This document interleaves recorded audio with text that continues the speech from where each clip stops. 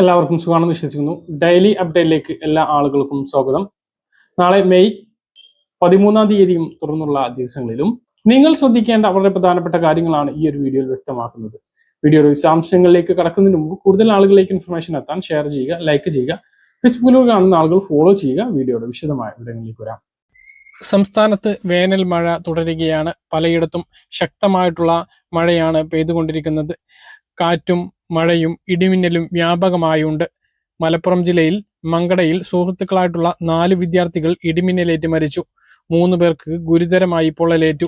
സിയാദ് 18 വയസ്സ്, ഫഹദ് 19 വയസ്സ്, റഹീസ് 20 വയസ്സ്, വഹാബ് 18 വയസ്സ് എന്നിവരാണ് ഇന്ന് വൈകുന്നേരം 5 മണിക്ക് ഇടിമിന്നലേറ്റ് മരിച്ചത്.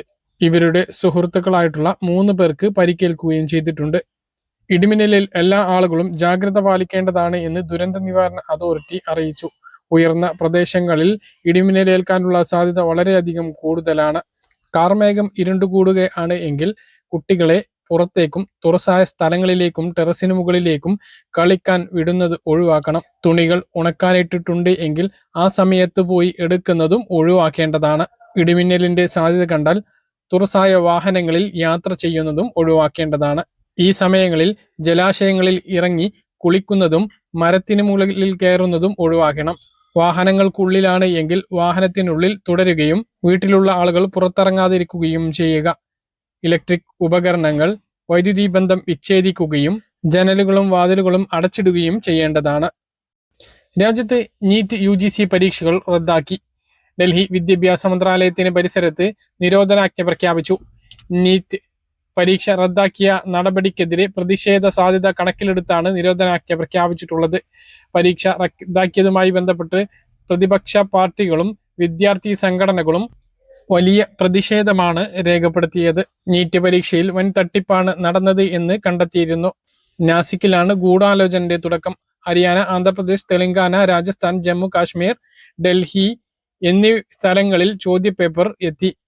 സംഭവത്തിൽ കേന്ദ്ര ആഭ്യന്തര മന്ത്രാലയവും വിവരങ്ങൾ ശേഖരിക്കുന്നുണ്ട്. ഇക്കഴിഞ്ഞ മെയ് 3-ാം തീയതി നടന്ന നീറ്റ് UG മെഡിക്കൽ പ്രവേശന പരീക്ഷകളുടെ ചോദ്യപേപ്പറുകളാണ് ചോർന്നത്. ചോദ്യപേപ്പർ ചോർന്നതിൽ CBI അന്വേഷണം നടത്തുന്നുണ്ട്. പരീക്ഷ വീണ്ടും നടത്തുമെന്നാണ് അറിയിച്ചിട്ടുള്ളത്. മറ്റൊരറിയിപ്പ്, രാജ്യത്ത് 45 ദിവസത്തേക്കുള്ള LPG ശേഖരവും 69 ദിവസത്തേക്കുള്ള ക്രൂഡ് ഓയിൽ ശേഖരമുണ്ട് എന്നും ഇന്ധന വിതരണത്തിൽ തടസ്സമില്ലെന്നും കേന്ദ്രമന്ത്രി ഹർദീപ് സിംഗ് പുരി വ്യക്തമാക്കി. മറ്റൊരു പ്രധാനപ്പെട്ട അറിയിപ്പ്, UPSC ഇന്ത്യ ഗവൺമെന്റിലെ വിവിധ തസ്തികകളിലേക്കുള്ള നേരിട്ടുള്ള നിയമനത്തിന് യോഗ്യരായ ഉദ്യോഗാർത്ഥികളിൽ നിന്നും അപേക്ഷ ക്ഷണിച്ചിട്ടുണ്ട്. വിശദമായ വിജ്ഞാപനം 04/2026 ഉദ്യോഗാർത്ഥികൾക്കായുള്ള നിർദ്ദേശങ്ങൾക്കൊപ്പം കമ്മീഷന്റെ വെബ്സൈറ്റായ www.upsc.gov.in അപ്ലോഡ് ചെയ്തിട്ടുണ്ട്. താൽപ്പര്യമുള്ള ഉദ്യോഗാർത്ഥികൾക്ക് ഈ മാസം 29 വരെ ഓൺലൈനായി റിക്രൂട്ട്മെന്റ് ആപ്ലിക്കേഷൻ പോർട്ടൽ വഴി അപേക്ഷ സമർപ്പിക്കാവുന്നതാണ്. പ്രധാനമന്ത്രി കിസാൻ സമ്മാൻ നിധി അടുത്ത തുക എന്ന് ലഭിക്കും എന്ന് പല ആളുകളും ചോദിക്കുന്നുണ്ട്. മാത്രമല്ല, കഴിഞ്ഞ 2 ഗഡുക്കളായിട്ട് ഒരു കാരണവും ഇല്ലാതെ പല ആളുകൾക്കും തുക നഷ്ടപ്പെട്ടിരുന്നു. ഏറ്റവും പുതിയ PM കിസാൻ സമ്മാൻ നിധി അറിയിപ്പുകളാണ് പറയുന്നത്. രാജ്യത്തെ കർഷകർക്ക് ലഭിക്കുന്ന ഏറ്റവും വലിയ പദ്ധതിയാണ് പ്രധാനമന്ത്രി കിസാൻ സമ്മാൻ നിധി. 2019 മുതൽ ആരംഭിച്ചിട്ടുള്ള പദ്ധതി പ്രകാരം വർഷത്തിൽ 3 ഗഡുക്കളായി 6000 രൂപയാണ് ലഭിക്കുന്നത്. 2026-27 സാമ്പത്തിക വർഷത്തെ ആദ്യ ഗഡുവിന്റെ വിതരണമാണ് ഇനി നടക്കേണ്ടത്. ഏപ്രിൽ, മെയ്, ജൂൺ, ജൂലൈ മാസത്തെ തുകയാണ് ലഭിക്കാനുള്ളത്.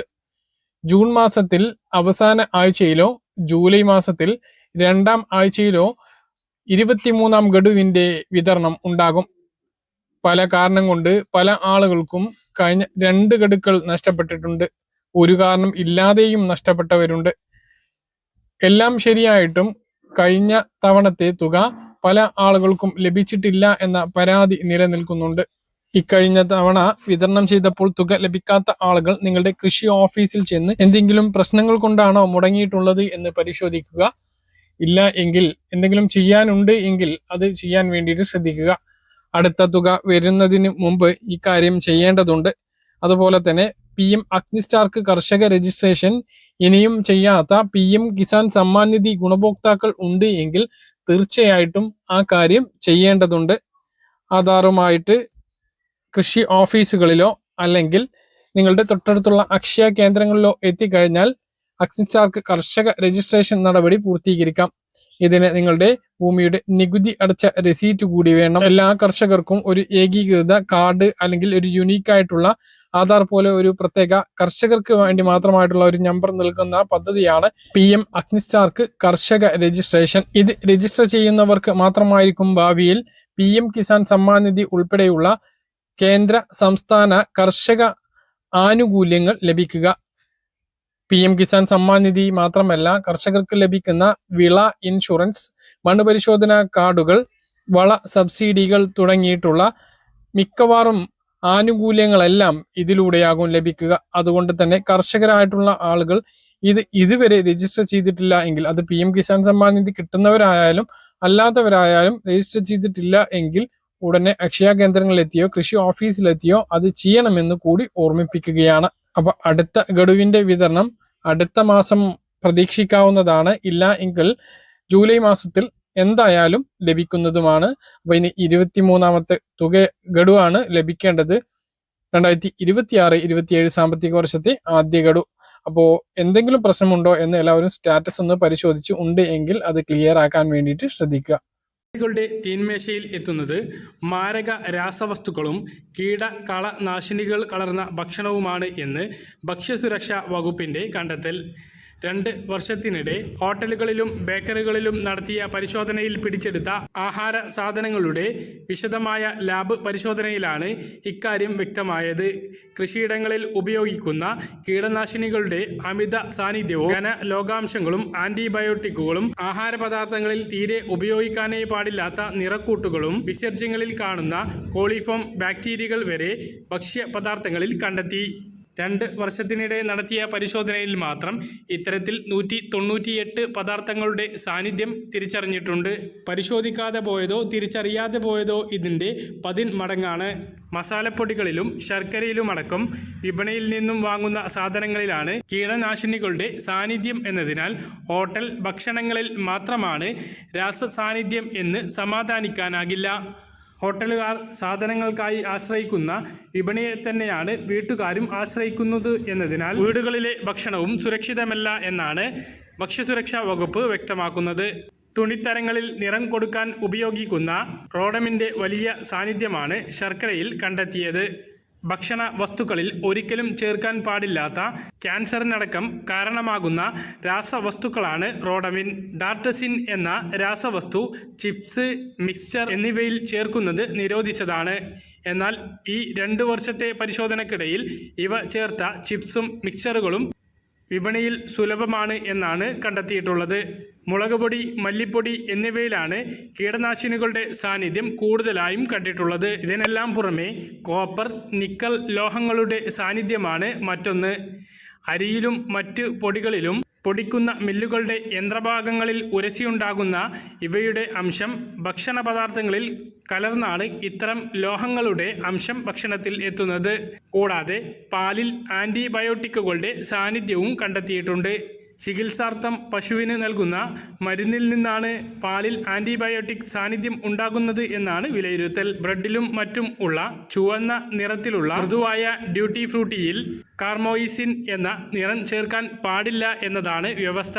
എന്നാൽ ഇത് വ്യാപകമായി മറികടക്കുന്നുണ്ട് എന്നും കണ്ടെത്തിയിട്ടുണ്ട്. ഏതാനും ധാന്യങ്ങളിൽ യൂറിക് ആസിഡ് എന്നിവയുടെ സാന്നിധ്യവും വിരൽ ചൂണ്ടുന്നത് എലിക്കാഷ്ടം കലർന്നിട്ടുണ്ട് എന്നതാണ്. ഗോതമ്പിൽ എലിക്കാഷ്ടം ഉണ്ടെങ്കിൽ അത് പൊടിച്ചാൽ പിന്നീട് കണ്ടെത്താൻ ആകില്ല. എന്നാൽ മാവുകൾ പരിശോധിച്ചതിൽ നിന്നാണ് ഈ നിഗമനത്തിലേക്ക് ഭക്ഷ്യ സുരക്ഷാ വകുപ്പ് എത്തിയിട്ടുള്ളത്. ഇന്ന് മലയാളികൾ യൂറിക് ആസിഡ് എന്ന രോഗം വളരെ സുലഭമാണ്.